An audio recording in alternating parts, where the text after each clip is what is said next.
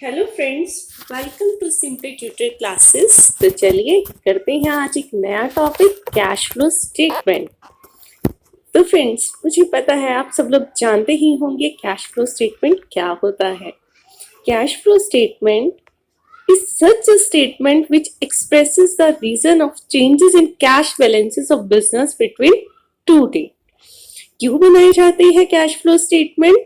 ये जानने के लिए कि फर्म के पास कितना कैश आ रहा है और कितना कैश जा रहा है, कहाँ कहाँ से इनफ्लोस हो रही है और कहाँ कहाँ आउटफ्लोस हो रहे हैं। तो इनफ्लोस और आउटफ्लोस को जानने के लिए सिर्फ कैश के हम क्या बनाते हैं, कैश फ्लो स्टेटमेंट बनाते हैं। अब देखिए, जनरली जब हम इनफ्लोस की बात करते हैं तो इनफ्लोस में हम क्या क्या लेते हैं। इनफ्लोस की बात करें, इनफ्लोस का हम सोर्सेज मतलब पैसा कहाँ कहाँ से आ रहा है। सोर्सेज कहाँ कहाँ से होंगे? कैश प्रॉफिट होता है अगर बिजनेस को, इश्यू ऑफ शेयर्स, जब शेयर इश्यू करेंगे, डिबेंचर्स इश्यू करेंगे, कहीं से बोरो करेंगे, किसी एसेट को सेल करेंगे, या फिर इन्वेस्टमेंट आएगी, कोई हमारी कंपनी में इन्वेस्ट करना चाहेगा तो वो सोर्स हो जाएगा, या फिर इनफ्लो। वहीं अगर हम आउटफ्लो की बात करें तो आउटफ्लो कैसे कैसे होंगे। अगर कोई एसेट हम परचेज करते हैं तो कैश का आउटफ्लो होगा, बाहर जाएगा ना, आउटफ्लो मतलब बाहर जाना। इन्वेस्टमेंट करते हैं कहीं, डिबेंचर्स या प्रेफरेंस शेयर को रिडीम करते हैं, लोन की रीपेमेंट करते हैं, टैक्सेस को पे करते हैं, डिविडेंड पे करते हैं, इंटरेस्ट पे करते हैं, तो हमारे क्या होते हैं, कैश आउटफ्लो। तो जनरली कैश इनफ्लो और आउटफ्लो जानने के लिए कि पर्टिकुलर ईयर में कितना कैश आया और कितना कैश गया, हम एक स्टेटमेंट बनाते हैं और उसे हम क्या बोलते हैं, कैश फ्लो स्टेटमेंट। तो चलिए अब हम जानते हैं कि कैश फ्लोस को हम कैसे कैसे क्लासिफाई करते हैं। जनरली जो कैश फ्लो स्टेटमेंट है वो हमारी अकाउंटिंग स्टैंडर्ड 3 में बनती है, और अगर हम इन एएस की बात करें, जो नए स्टैंडर्ड्स हैं, वहां पर कैश फ्लो स्टेटमेंट बनेगी हमारे एएस 7। अब देखिए, जब हम कैश फ्लोस की बात करते हैं तो कैश फ्लोस को हम 3 पार्ट्स में डिवाइड कर देते हैं, operating activities, investing activity and financing activity. अब ऑपरेटिंग एक्टिविटीज की बात करें तो ऑपरेटिंग एक्टिविटीज को हम कैसे डिफाइन करेंगे। Operating activities are the principal revenue producing activity of an enterprise and other activities that are not investing or financing activities. पहली चीज, वो इन्वेस्टमेंट और फाइनेंसिंग एक्टिविटीज नहीं होनी चाहिए। वो किस चीज से रिलेटेड होनी चाहिए, फर्म के रेवेन्यू जनरेशन से। For example, cash received from sale of goods and rendering of services, cash received from royalty, fees, commission and other revenue, cash payment to supplier of goods and services, cash payment to and on behalf of employees, cash receipt and cash payments, refund of income tax, etc. जब हम cash flow investing activities की बात करते हैं तो वहां पर क्या आएगा हमारा, acquisition and disposal of long-term asset and other investment not included in cash equivalent।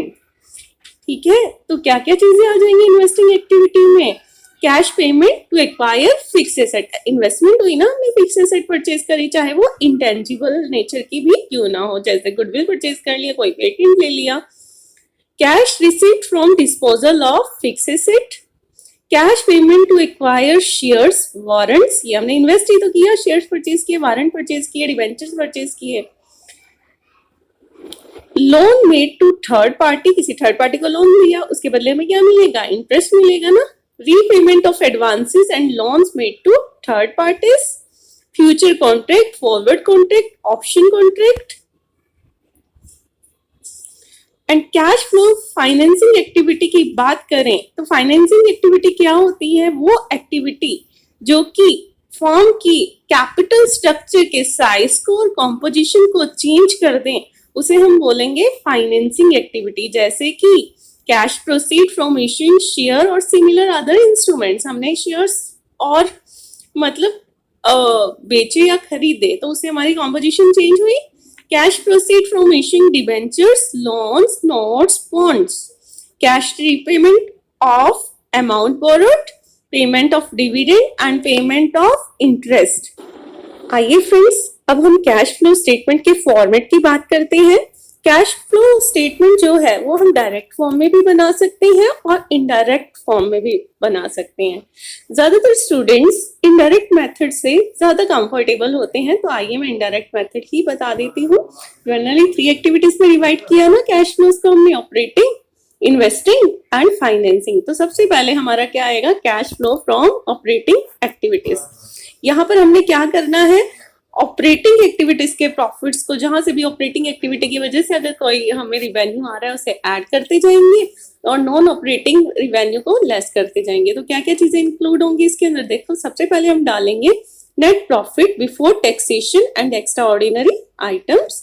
Adjustment करेंगे, डेप्रिसिएशन इसके अंदर वापस से ऐड कर देंगे, फॉरेन एक्सचेंज लॉस ऐड कर देंगे, इंटरेस्ट इनकम ऐड कर देंगे, डिविडेंड इनकम ऐड कर देंगे, इंटरेस्ट एक्सपेंसेस ऐड कर देंगे।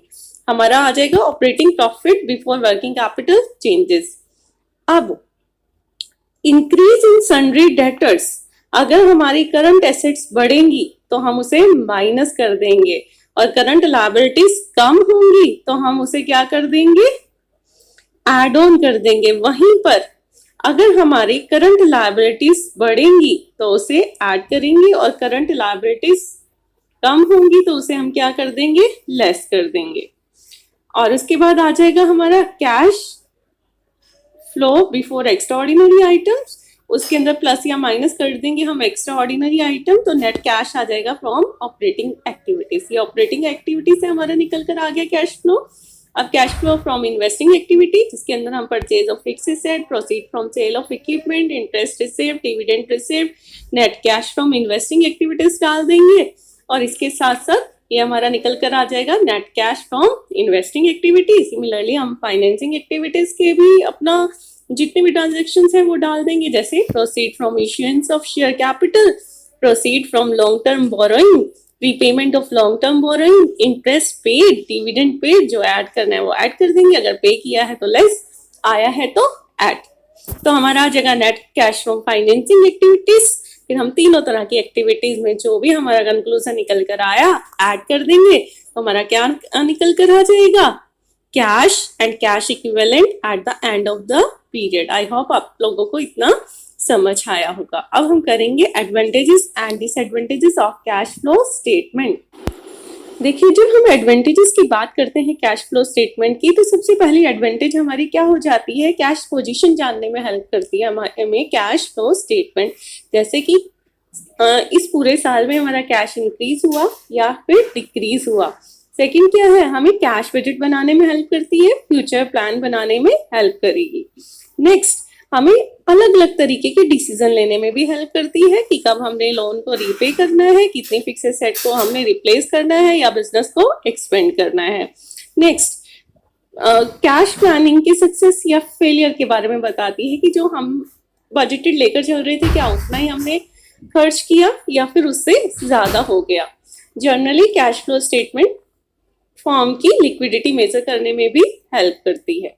वहीं जहां हम लिमिटेशन की बात करें तो सबसे पहले लिमिटेशन क्या होगी, ये सिर्फ कैश आइटम्स को लेकर चलती है, नॉन कैश आइटम्स को हम कैश फ्लो स्टेटमेंट में नहीं दिखाते।